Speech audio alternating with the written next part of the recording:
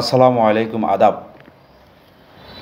এই বিভাগের সক্ষমতা বৃদ্ধির লক্ষ্যে মহাপরিচালক মহোদয়ের নির্দেশনা অনুযায়ী বিভিন্ন ইভেন্টে অংশগ্রহণ করার জন্য আমরা চলে আসছি সহকারী পরিচালক কুমিল্লা মহোদয়ের দপ্তরে।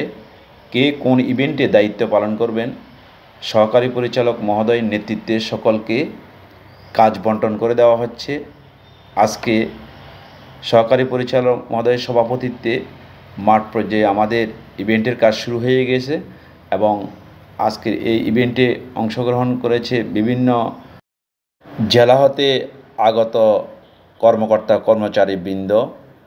আজকের এই অনুষ্ঠানে বিভিন্ন কর্মকর্তাগণ বিভিন্ন ইভেন্টে দায়িত্ব পালন করছেন এবং বিচারকের দায়িত্বে আছেন যিনি ব্রাহ্মণবাড়িয়ার উপসহকারী পরিচালক জনাব নিউটন চন্দ্র দাস এবং অন্যান্য ভেন্যুতে সবাই অংশগ্রহণ করেছেন স্বতঃস্ফূর্তভাবে। এবং অংশগ্রহণ শেষে সহকারী পরিচালকের